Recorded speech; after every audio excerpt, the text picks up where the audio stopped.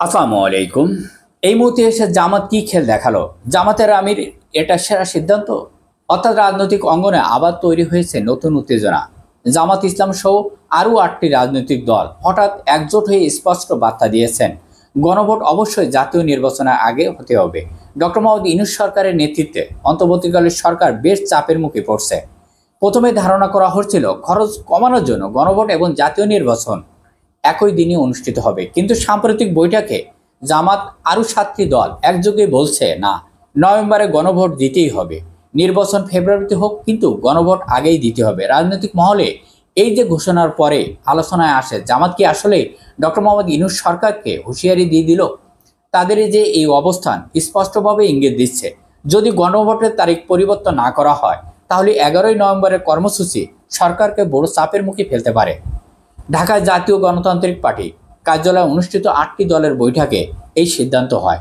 বৈঠকের পর এক সংবাদ বিজ্ঞপ্তিতে জানানো হয়েছে, জাতীয় ঐক্যমত্য কমিশন জুলাই সনদের বাস্তবায়ন নিয়ে যে সুপারিশমালা দিয়েছিল, তারপর থেকে রাজনৈতিক দলগুলোর মধ্যে মতভেদ শুরু হয়েছে। জামাত আলোচনা এবং ঐক্যমতের প্রস্তাব দিলেও বিএনপি তা প্রত্যাখ্যান করেছেন। বিএনপি নেতারা মনে করেন এই কমিশনের কার্যক্রম কার্যকর নয় এবং সরকারকে নিরপেক্ষ আলোচনা আহ্বান জানানো উচিত। অন্যদিকে রাজনৈতিক অঙ্গনে চলছে নানা কটাক্ষ এবং সমালোচনা। জাতীয় ঐক্যমত্য কমিশনের বৈঠক নিয়ে সামাজিক মাধ্যমে চলছে ট্রল, কারণ এক বছরে নাকি কয়েকটি বৈঠকে নাকি প্রায় 40-45 লক্ষ টাকার চা বিস্কুট খাওয়াখাওয়ি হয়েছে। অনেকেই মজা করে বলছেন খাবার ভালো ছিল বলে স্বাস্থ্য বাড়ছে, কিন্তু ঐক্যমত এখনো হয় নাই।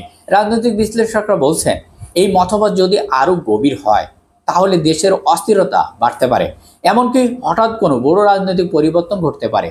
তাদের মতে বর্তমান পরিস্থিতি অনেকটাই 1/11-এর পূর্বের সময়ের মতন হয়ে উঠছে। এখন ডক্টর মোহাম্মদ ইউনূস সরকারের সামনে বড় চ্যালেঞ্জ, তিনি কি গণভোটের দাবি অনড় থাকবেন নাকি জামাত ইসলামের চাপের মুখে তারিখ পরিবর্তন করবেন? একদিকে বিএনপির ক্ষুব্ধ, অন্যদিকে জামাতের কঠোর অবস্থান, ফলে সরকার এখন জটিল সম্মুখে পড়ছে।